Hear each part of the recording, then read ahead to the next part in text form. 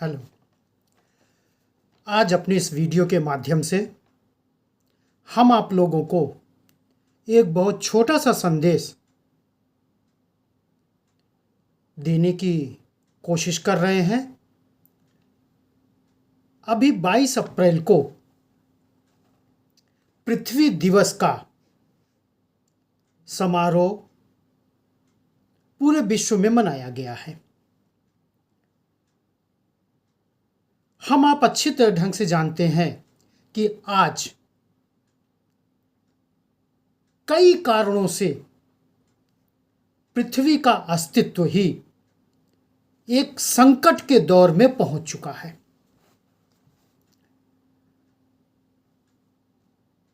तो इसी के लिए कई दशकों पूर्व विश्व स्तर पर 22 अप्रैल का दिन पृथ्वी दिवस के रूप में हमारे आपके सामने लाया गया है। हालांकि हमारी आपकी जिम्मेदारी बनती है कि रोज पृथ्वी दिवस को मनाने की कोशिश करें, कारण जिस पृथ्वी पर हम और आप रह रहे हैं इसके संरक्षण, संवर्धन और विकास की जिम्मेदारी किसी और की नहीं है, हम सब की है। लेकिन बदलते दौर में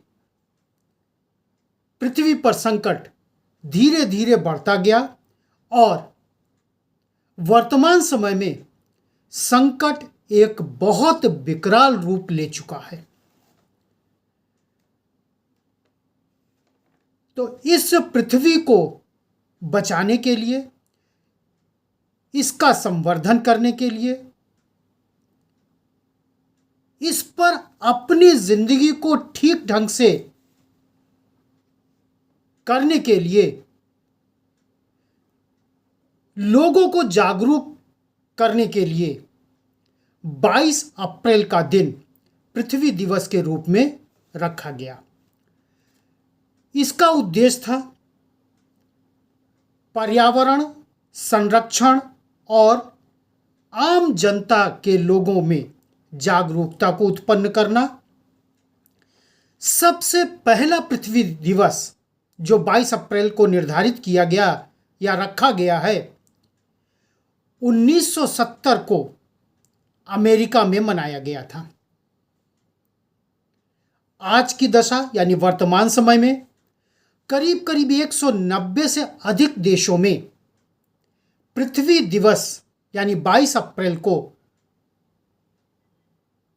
एक पर्यावरण संरक्षण और जागरूकता के रूप में वैश्विक रूप से मनाया जाता है और हम सब को एक संदेश दिया जाता है कि हमारी जिम्मेदारी, हमारा उत्तरदायित्व इस पृथ्वी के प्रति कितना बड़ा है। प्रत्येक वर्ष इस 22 अप्रैल को मनाने के लिए एक स्पेशल थीम का आयोजन भी किया जाता है। ये पृथ्वी दिवस औद्योगिक उन्नति के साथ गहराता चला गया। पहले जितने भी प्राकृतिक साधन थे, जंगल, जल, जमीन, ग्लेशियर, ये एक ही अत्यंत संतुलित मात्रा में पूरी पृथ्वी पर विद्यमान थे। लेकिन वैश्विक स्तर पर बढ़ती आबादी के साथ लोगों की जरूरत को पूरा करने के लिए, क्योंकि लोगों की जरूरत दिन पर दिन बढ़ती चली जा रही है, इस जरूरत को पूरा करने के लिए प्राकृतिक संसाधनों का अनुचित रूप से दोहन होना शुरू हो गया। जो भी जीवाश्म ईंधन बहुत तेजी से इस्तेमाल हो रहा है, बहुत बड़ी मात्रा में इस्तेमाल हो रहा है, इससे एक ग्लोबल वार्मिंग भयावह स्थिति पर पहुंच चुकी है। अपने ही देश में हम देख लें, अपने देश की राजधानी को देख लें या अन्य बड़े शहरों को हम देख लें, खुद हमको आपको पता चल जाएगा कि असंतुलन कितना भयानक रूप से हमारे आपके बीच, हमारे आपके जीवन के अस्तित्व के प्रश्न चिन्ह के रूप में बढ़ता चला जा रहा है। लेकिन ऐसा नहीं है। हमारे वैज्ञानिकों ने, पर्यावरण विदों ने और अन्य संस्थाओं ने भी इस बात पर पूरा जोर दिया और अपना पक्ष और लक्ष्य भी रखा कि दुनिया का विकास तो हो, क्योंकि विकास बहुत जरूरी है, लेकिन हमारी धरती भी सुरक्षित रहे।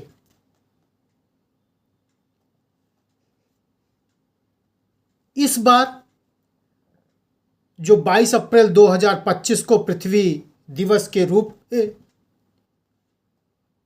मनाया गया, इसमें थीम था ऊर्जा के इसी रूप को बढ़ावा देना।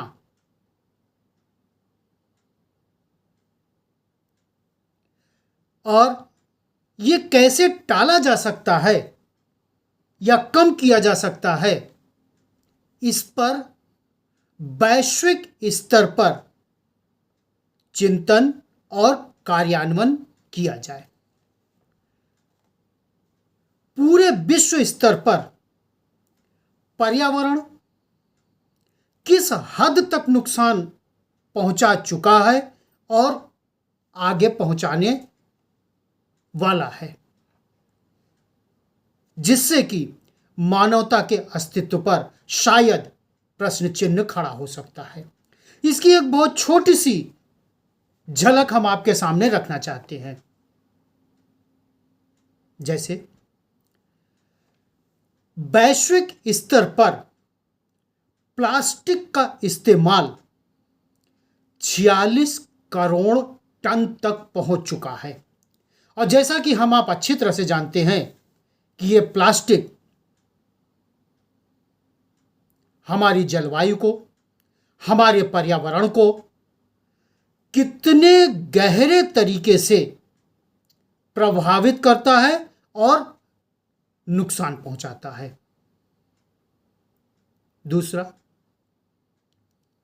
करीब करीब 10 करोड़ टन प्लास्टिक समुद्र में पहुंच रहा है।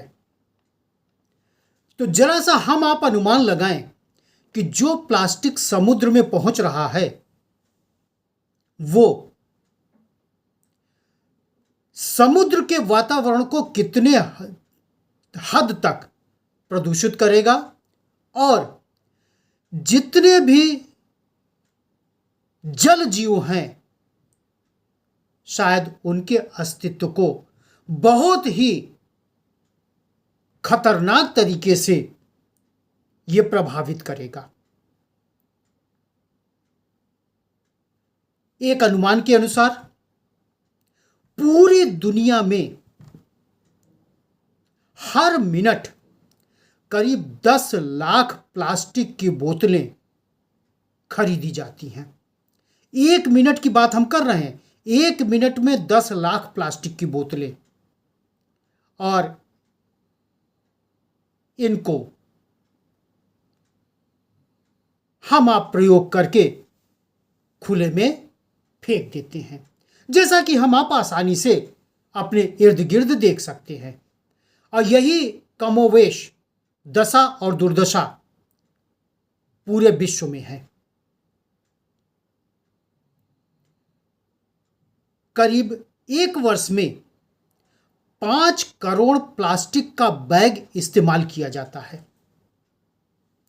तो सिर्फ प्लास्टिक की वजह से, एक छोटा सा मैंने उदाहरण पेश करने की कोशिश किया है, सिर्फ प्लास्टिक की वजह से इस पृथ्वी पर कितना बड़ा संकट बढ़ता जा रहा है, ये हमारे आपके एक चिंतन और मनन का विषय है। सिर्फ चिंतन और मनन का विषय ही नहीं, हमको आपको इस पर अपने को क्रियान्वित करना है कि किस तरह से हम और आप मिल करके इसको कम कर सकते हैं। अगर प्रत्येक व्यक्ति यह सोच ले तो शायद ये जो संकट एक विकराल रूप धारण करता चला जा रहा है, इस संकट पर हम लोग बहुत हद तक रोक लगा करके इसको एक निम्न स्तर पर हम लोग लाने का प्रयास कर सकते हैं। जलवायु परिवर्तन से एक आर्थिक नुकसान कैसा हो रहा है, इसकी एक छोटी सी झलक इस वीडियो के माध्यम से हम आपके पास पहुंचाने की कोशिश कर रहे हैं। ये झलक वर्ल्ड मेट्रोलॉजिकल ऑर्गेनाइजेशन की एक रिपोर्ट में बताई गई है कि जलवायु परिवर्तन की वजह से भयंकर गर्मी, बारिश और भूस्खलन जैसी भयावह घटनाएं दिन प्रतिदिन बढ़ती जा रही हैं। हम अपने ही देश में देख लें, उत्तराखंड को देख लें, कितना भयावह स्थिति भूस्खलन की है। तो जो वर्ल्ड मेट्रोलॉजिकल ऑर्गेनाइजेशन की रिपोर्ट हमको बताती है, वर्ष 1970 से 1989 यानी 1972 टू 79 कुल 183.9 अरब डॉलर का नुकसान हुआ। 1989 305.5 अरब डॉलर का नुकसान हुआ।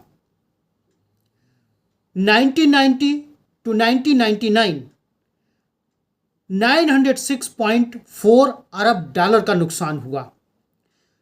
2000 टू 2009 997.9 अरब डॉलर का नुकसान हुआ। और लेटेस्ट 2010 टू 2019 1476.9 अरब डॉलर का नुकसान हुआ।